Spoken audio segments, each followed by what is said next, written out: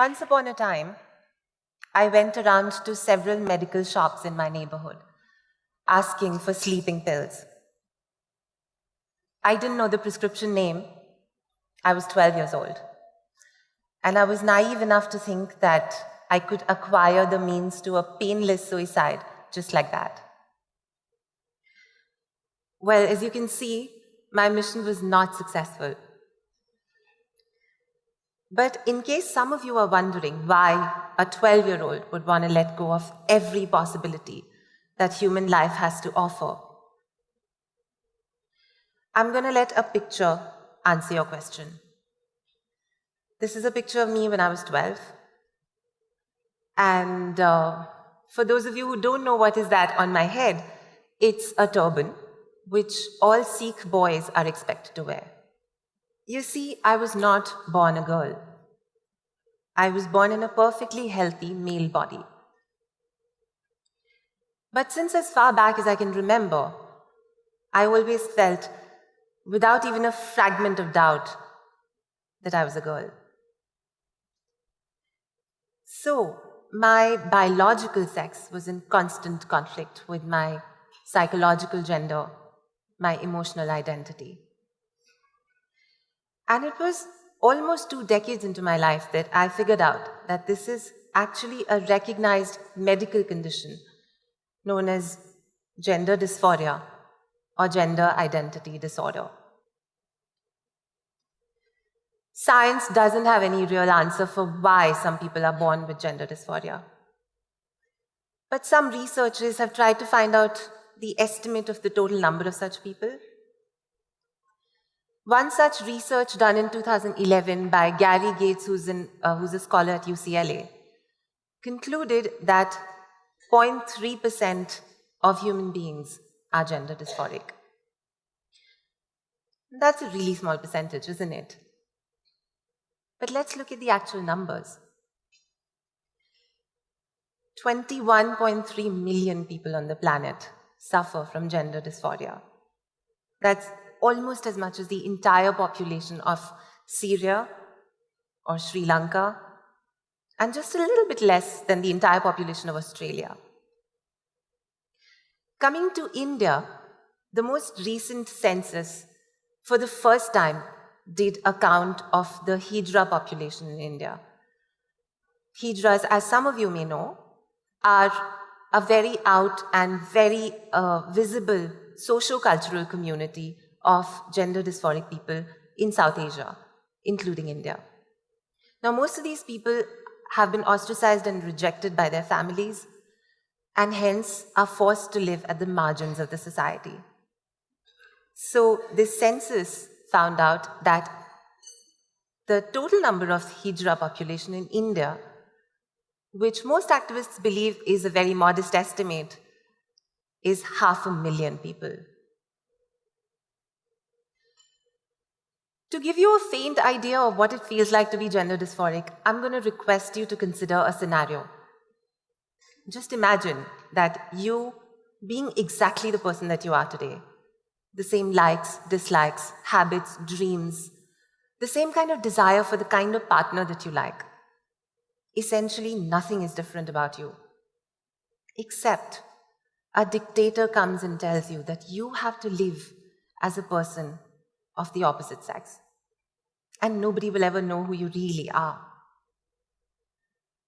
Allow me to use some stereotypes and cliches to explain this better. So, if you're a man today, you have to grow your hair long. Your facial hair will stop growing.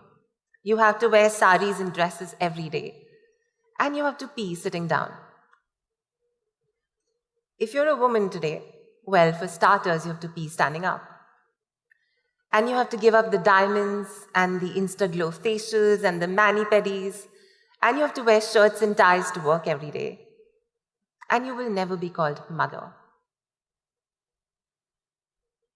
Imagine living that facade, not for a day or a week, but your entire life. Now imagine living like that when you were 18 years old, or 12, or when you were 5 years old.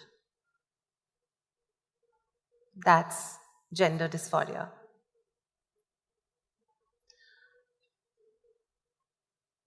Your own body is your prison. And yet you have to hide inside that prison so that nobody can see the real you. So that they won't laugh at you when you walk, and they won't bully you or play cruel pranks on you.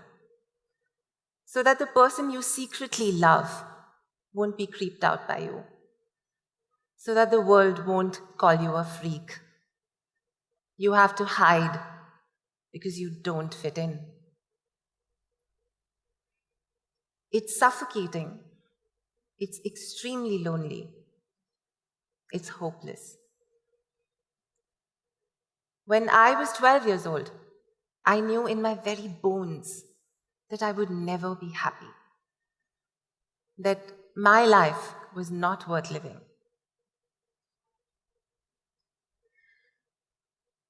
It so turned out that I was wrong. While on the one hand, you could call me extremely unfortunate for having been born among those 0.3% kids who are gender dysphoric, on the other hand, I was extremely fortunate to be born to the most amazing parents in the world. Their struggles of dealing with a gender dysphoric child were massive, but their love was never clouded by the worries of what will people say. Sure, they were confused. They did take their time in coming to terms with who their child was. But what they never did was deprive me of respect.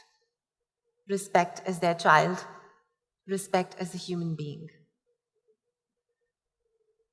2.5 decades into living with gender dysphoria later, I made a documentary film on the subject along with a few other friends. We called the film To Be Me. That film helped my parents travel the last mile. As soon as they finished watching the film, my father turned to me and said, "So when are you going for the surgery?" That moment onwards, they both stood right behind me every step of the way. Thank you.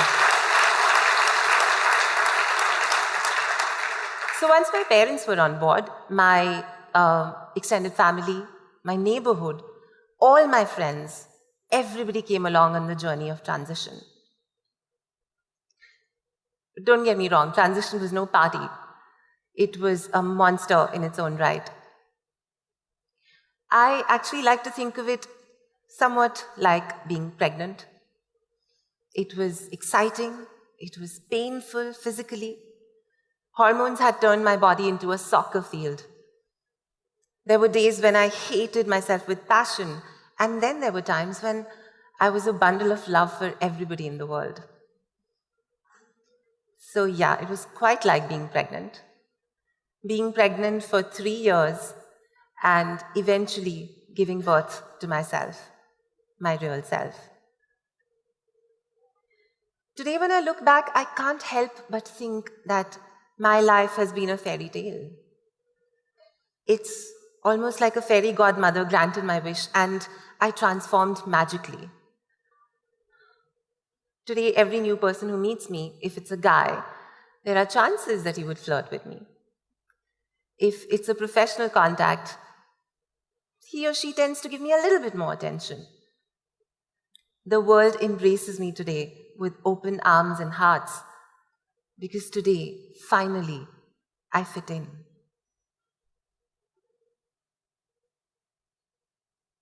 But what if I didn't fit in to this box of normality in our society? What if my transition hadn't gone as well as it seems to have? And maybe if I still looked androgynous? Would any regular person who meets me today be just as comfortable with me? Would the world still embrace me with open arms and hearts?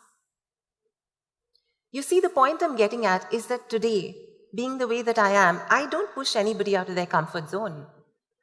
It's probably easy to appreciate and accept me because I don't question anybody's idea of what's normal. But what about those who do, for no fault of theirs?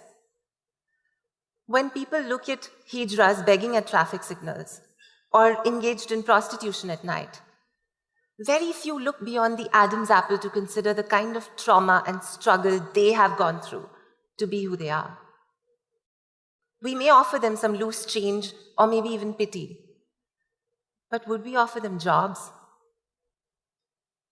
Similarly, the effeminate gay man and the butch lesbian are much more mocked at and ridiculed than their straight-seeming counterparts. We as a society find it extremely difficult to look beyond mannerisms and appearances at the human being underneath.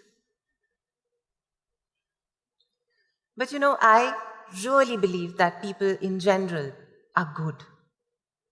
What makes them do wrong things is fear. Fear of what they don't know, what they don't understand. Today, if the LGBT community is rejected by our society, it's because people don't identify with them. And one way to change that is telling stories, the right stories. Stories of this minuscule minority in a way that the majority can relate to. And I, as a Bollywood writer, find myself in a unique position to be able to do that today. To tell the stories of these misunderstood characters in a mainstream Bollywood way so that it would reach out to the maximum people. For example, say a romantic comedy about two girls who meet during the Bhangra dance steps practice of a big fat Indian wedding. Or the story of a huge, crazy family coming together after years to celebrate a child's new birthday when the child went through a sex change surgery. Or maybe the story of a cop solving a murder mystery along with his super hot constable cum boyfriend. Stories which entertain, which don't preach, which don't scream activism. And yet, they don't derive humor at the expense of someone's identity. They show a glimpse into the lives of these people who may seem different from the outside, but are actually just like anybody else. Now, will it be easy for me to make such a film in Bollywood? Write such a film in Bollywood? Probably not until some of my scripts have become 100 crore movies. But I plan to stay at it because honestly, that is the only way I know to make a difference, to tell stories. Just like today, you know my story, and you may go and tell a few other people. And some of them might be moved. Some of them might be moved enough to help create education and employment opportunities for Hijra people. Or at least moved enough to stop bullying effeminate boys. Stories can change hearts. Stories can save lives. Who knows? My story might reach a 12-year-old girl somewhere who is out looking for sleeping pills. Who knows in her very bones that she would never be happy. All she probably needs is a story of hope. Thank you.